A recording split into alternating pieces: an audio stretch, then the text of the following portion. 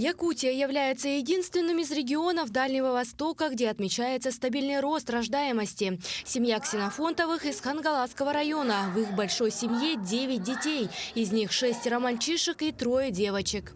Мы очень рады, что наш президент Владимир Владимирович Путин в этот год объявил годом семьи.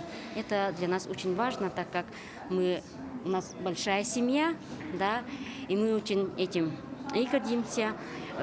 В этом году в нашей республике также объявлен год детства, и то, что нас тоже очень радует. В каждой семье каждый ребенок должен быть счастлив. В Якутии множество трудовых династий, в том числе врачей, учителей и инженеров.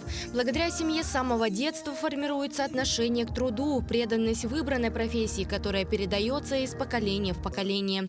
В текущий год будет уделено особое внимание поддержке и развитию семейных ценностей, а также укреплению института семьи.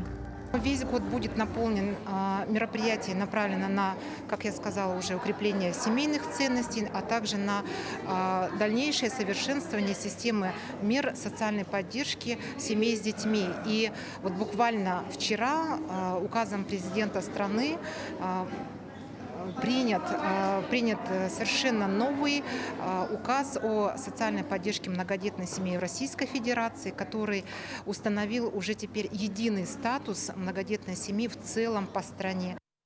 Залог успешного развития республики и всей страны – это счастливые и крепкие семьи. Укрепление здоровья матерей, создание условий для рождения первых детей в молодых семьях и поддержка многодетных семей стали ключевыми задачами 2024 года.